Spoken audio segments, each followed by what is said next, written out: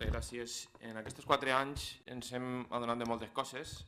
Jo personalment he après moltes coses i crec que puc parlar per la resta del meu grup, del funcionament que té i que ha tingut el senyor alcalde durant la seva trajectòria política, tot i que ja veníem avisats i en alerta de com funcionava. Aquest govern i aquest alcalde han demostrat que no tenen paraula, que tots són sís, que després s'amuntonen en una taula i que després van acompanyats amb 4 palmadetes a l'esquena, fins que baixa la Mare de Déu a la segona planta i li diu al senyor alcalde Rochano: haurem de fer alguna cosa perquè si no pareix que estem enganyant a la gent no, sinó als diferents grups de l'oposició que signaren un acord d'investidura. Fins que no baixa la Mare de Déu a la segona planta se veu que li diu que fas alguna coseta, se fa malament, s'autoanuncia i se fa autobombo i damunt després se penja la medalleta.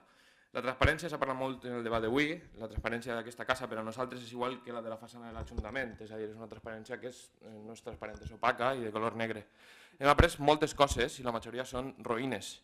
Hem après que en el tema de les fotos, el postureo, l'enxar paelles, que ja ho he dit abans, en això som campions número 1. Som una gran ciutat en això, però continuem atrasats i pareix que el DeLorean se va quedar aparcat en els 80, quan el senyor alcalde va començar la seva trajectòria política, i que està allí calat o que no té gasoil o el que siga, i necessitem que el DeLorean torni al 2000, esperem que al 2019, i que les velles formes de fer política se desenquisten d'aquestes 4 parets. Moltes gràcies.